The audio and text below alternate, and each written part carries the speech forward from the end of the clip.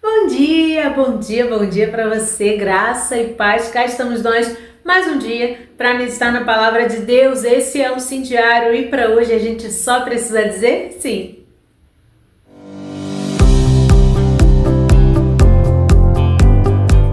E hoje a gente volta para o Antigo Testamento. A gente estava no Antigo Testamento, né? Salmos é no Antigo Testamento, mas a gente volta para 1 Reis. Essa história, ela é eletrizante. Eu tenho certeza que você também adora essa história aqui de 1 Reis 18, 19, aqui esse pedaço aqui da história que a gente está falando sobre a derrota dos profetas de Baal no Monte Carmelo. Mas eu quero ler contigo 1 Reis 19, que é depois da treta toda que acontece, que tu já conhece essa história, que Elias zomba de Baal, né? E fala, chama mais alto, vai ver se o Deus está dormindo, tirando um cochilo, vai ver, foi no banheiro, hein? Não sei. E aí os profetas de Baal passam da manhã até a tarde se mutilando, dançando, fazendo, acontecendo, e o holocausto, paradinho ali, nenhuma fagulha de fogo. Elias ora, tem aquele mover maravilhoso, depois ele vai lá e passa geral o fio da espada, né? Mata todos os profetas de Baal, 450. Irmão, o negócio foi tenso. Tava lá também os profetas de Azerá, tá? Que eram 400. Então tinham 850 idólatras naquele lugar. E Elias assim, tô esperando aí você chamar aí ele, ver se ele manda fogo.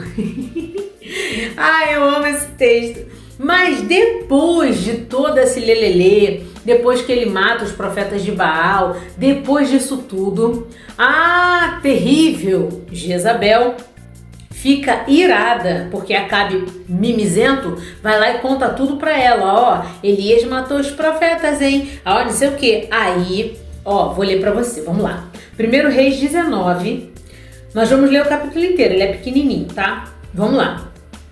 Acabe contou a Jezabel tudo o que Elias tinha feito, mimizento fofoqueiro, até mesmo o massacre dos profetas. Jezabel imediatamente enviou um mensageiro para ameaçar Elias, dizendo: os deuses vão castigar você por isso. Vou me vingar de você. Juro que amanhã, a esta hora, você estará tão morto quanto aqueles profetas. Quando Elias percebeu a situação, fugiu para Berseba, no extremo sul de Judá. Deixou seu ajudante ali e caminhou mais um dia no deserto. Chegou até um zimbro, sentou-se à sombra e pediu para morrer. Basta, ó Eterno, leva a minha vida. Estou pronto para descer à sepultura com meus antepassados. Exausto, caiu no sono debaixo do zimbro. De repente, um anjo o acordou e disse: levante-se e coma. Olhando ao redor, para sua surpresa, deparou perto da sua cabeça com um pão assado sobre brasas e um jarro de água. Ele comeu e voltou a dormir. O anjo do Eterno voltou, acordou e disse: levante-se e coma um pouco mais. Você tem uma longa viagem pela frente. Ele se levantou, comeu, bebeu e partiu. Sustentado pela comida, caminhou 40 dias e 40 noites até chegar a Horebe, o monte de Deus. Chegando lá, entrou numa caverna e dormiu. A palavra do Eterno veio a ele: o que você está fazendo aqui, Elias? E ele respondeu: tenho dedicado a minha vida inteiramente ao Senhor dos exércitos de anjos. O povo de Israel abandonou sua aliança, destruiu os lugares de adoração e matou seus profetas. Sou o único que restou e agora estão querendo tirar minha vida também. O Eterno disse: saia e fique no monte diante do Eterno. O Eterno passará ali. Um vento muito forte varreu o monte, partindo e esmigalhando as pedras diante do Eterno, mas o Eterno não estava no vento. Depois do vento veio um terremoto, mas o Eterno não estava no terremoto. Depois do terremoto veio o fogo, mas o Eterno não estava no fogo. Por fim, depois do fogo, uma brisa suave começou a soprar. Quando Elias sentiu a brisa, cobriu a cabeça com a capa, foi para a entrada da caverna e esperou ali. Uma voz suave perguntou: então, Elias, diga-me outra vez, o que você está fazendo aqui? E Elias repetiu: tenho dedicado minha vida inteiramente ao serviço do Eterno. o Senhor dos exércitos de anjos, porque o povo de Israel abandonou sua aliança, destruiu os lugares de adoração e matou seus profetas. Sou o único que restou, e agora estão querendo tirar a minha vida também. E o Eterno disse: volte pelo caminho por onde veio, através do deserto até Damasco. Chegando lá, você deverá ungir Azael, rei sobre a Síria. Depois será a vez de ungir Jeú, filho de Nice, rei de Israel. Por fim, você deverá ungir Eliseu, filho de Safate, de Abel-Meolá, para suceder você como profeta. Quem escapar de Azael, Jeú matará. Quem escapar de Jeú, Eliseu matará. Enquanto isso, preservarei 7.000 pessoas que não se dobraram ao Deus Baal, lábios que não beijaram sua imagem. Elias encontrou Eliseu, filho de Safate, num campo em que estava 12 juntas de bois arando. Eliseu conduzia uma delas. Elias aproximou-se e pôs sua capa sobre Eliseu. Eliseu abandonou os bois e saiu caminhando com Elias, mas de repente pediu: por favor, permita que eu me despeça do meu pai e minha mãe, depois vou com você. Elias respondeu: vá, mas não se esqueça do que acabei de fazer com você. Eliseu voltou, matou os dois bois. Com o arado transformado em lenha, cozinhou a carne e deu uma festa. Fez um churras, né? Uma resenha. Depois partiu com Elias, tornando-se seu ajudante. Glória a Deus por essa palavra maravilhosa. Mas aqui a gente vê algo tão comum e tão esquecido, né? Tão negligenciado, a nossa humanidade. Aqui a gente vê um cara que era servo fiel do Senhor, cansado. Ele estava exausto, ele venceu uma vitória, uma batalha. Ele teve uma vitória extraordinária, mas foi uma batalha pesadíssima, espiritualmente, fisicamente, emocionalmente. Ele já estava mexido, né, diante de toda aquela tensão. Depois do recadinho que Jezabel mandou para ele, pronto, foi a gota d'água. E o cara que estava cansado ficou exausto e me mata logo. Não dá mais para viver, não quero mais, não tem como, tô cansado, tô exausto. Mas isso acontece tanto, né? A gente também cansa. A gente cansa porque às vezes a gente olha ao redor e fala: caramba, não é possível. O reino está precisando de gente. A gente está se dedicando a 1, 2, 3, 5 ministérios. Eu já cheguei a ter quase 8, 9 ministérios. E aí realmente a gente fica cansado, fica exausto. Mas a palavra do Senhor chega até a nossa vida hoje, e eu me incluo muito nisso, porque hoje Ele quer falar pra gente aprender a descansar. Parar não é uma opção. Desistir não é uma opção.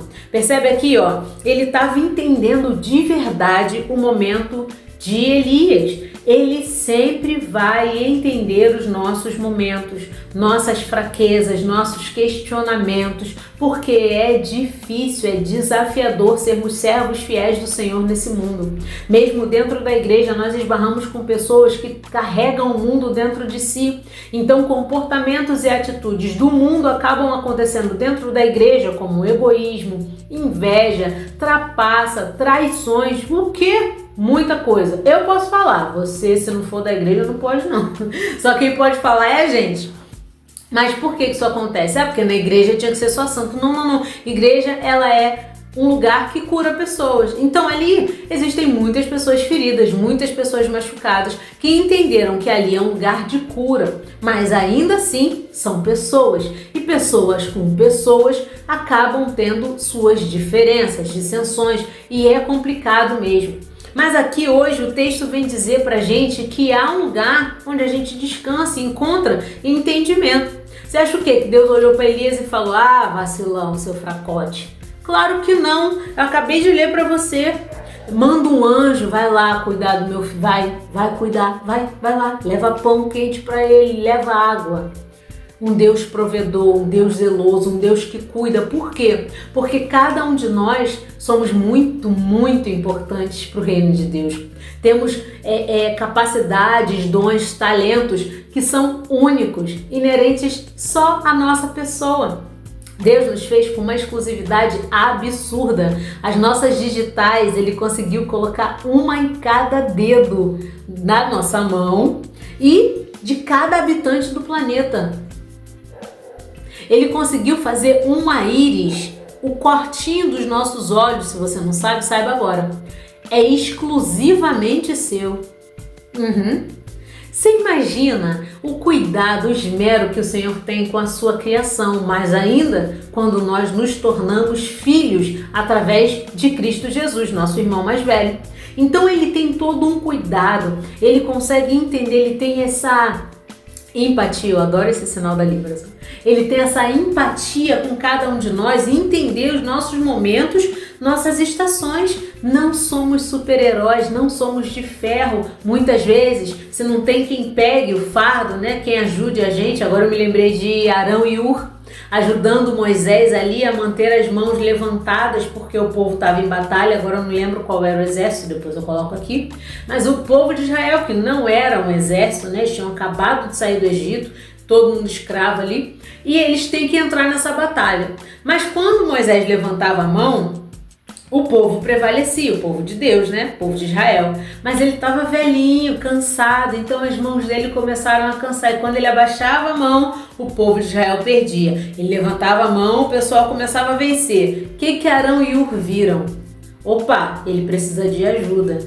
Um senta de um lado, bota uma pedra embaixo de Moisés, um levanta a mão, outro levanta o outro, Moisés fica com os braços levantados porque Arão e Ur estão segurando, sustentando as mãos dele para cima. Bem, aqui na primeira parte, primeiro Deus entende a fraqueza de Elias, como ele entende a sua, como ele entende a minha, como ele olha com olhos de misericórdia, e é muito difícil a gente não medir Deus com a nossa régua, né? Eu falei disso esses dias. Mas o Senhor, ele olha diferente. Que bom. O Senhor não vê como nós vemos. Ótimo que seja assim, porque a gente não presta, né? Mas ele é perfeito. E ele olhou para Elias aqui e falou: filho, você tá bravo, né? Peraí que eu vou mandar comida. Comida sempre salva, né? Depois de Jesus, uma comida boa, né? Abraça a nossa alma, uma comidinha, uma pizza, bolo, cenoura com cobertura de chocolate, um negócio, um café. Ah, gente, isso é bom demais. Aí Deus sabendo que eu vou mandar um pão quentinho pra ele. Quem não gosta de um pão quente? Mandar um pão quentinho pra ele. Ó, cuidado, ó, o zelo. Primeira parte aqui, ó, Deus entendeu ele. Na segunda parte, a gente vê ele fazendo queixa diante do Senhor. Ah, porque eu sou o único que sobrou, porque agora estão querendo me matar, eu sempre te servi, sempre fui fiel, papai Deus. Fala mais, filho. Pode falar. Entendi. Né? Complicado. Difícil mesmo. Né? Brabo. Eu fico imaginando Deus nesse olhar de amor, Elias pistola falando com Deus. Quantas vezes eu já fui diante do Senhor assim, tirar satisfação, porque Deus, ó, não fala comigo não, que eu nem quero te ouvir, hein? Quantas vezes ele me fulminou?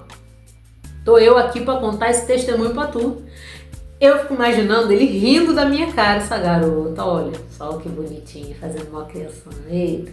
Mas aí, ele me renovou, levou para mim pão, água, me colocou de pé para mais um dia. Sabe o maná que você só podia pegar para aquele dia? Assim é a nossa vida, basta cada dia ser um áudio, lá em Mateus. A gente não precisa ficar nessa ansiedade louca, nessa loucura de que daqui um mês eu não vou conseguir. Foca em hoje. O que você tem para fazer hoje? O que você tem para hoje? Faz hoje. Deus vai te capacitar para hoje. Deus vai te dar provisão, maná para hoje. Amanhã ele vai prover de novo, depois de novo. Porque essa é uma característica de Deus, é um Deus zeloso, provedor. Essa parte do texto, aqui ó, quando ele dá comida, cuida, deixa Elias desabafar, entende. Deus está tendo empatia, está cuidando de Elias, assim como ele cuida da gente. Aí mais para baixo um pouquinho, a gente vê a resposta de Deus ao que Elias reclamou, esbravejou, ficou chateado, pediu para morrer, não quero mais, azababá. E aí Deus manda para ele cenários diferentes, ó. Mandou o vento forte, depois mandou um terremoto, depois mandou fogo. Mas nada disso era para punir Elias. Era para mostrar que o amor dele não é essa fúria aqui.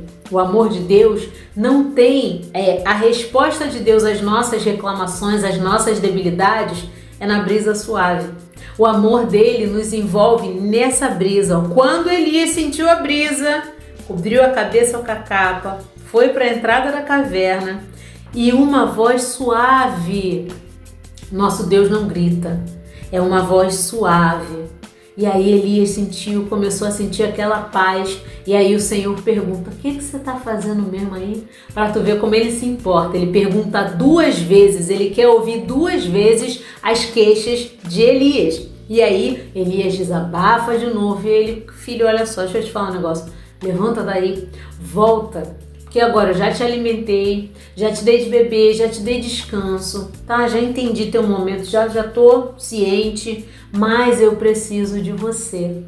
Então, já que agora você descansou, desistir não é opção. Por favor, vai ungir fulano, ciclano, beltrano que eu preciso. Depois você vai lá e pega Eliseu também que eu vou precisar. Então você vai cuidar da vida, vai trabalhar. Para de palhaçada, chega já. E Deus levanta Elias e ele segue fazendo aquilo que ele foi chamado para fazer. O que eu entendo desse texto? Ele ainda diz, tô separando aqui, tu disse que tá sozinho, tô separando 7 mil aqui na missão para tu. Bora cuidar da vida, filho. Vamos. Chega, já descansou, já comeu, já encheu a barriguinha, agora vamos trabalhar.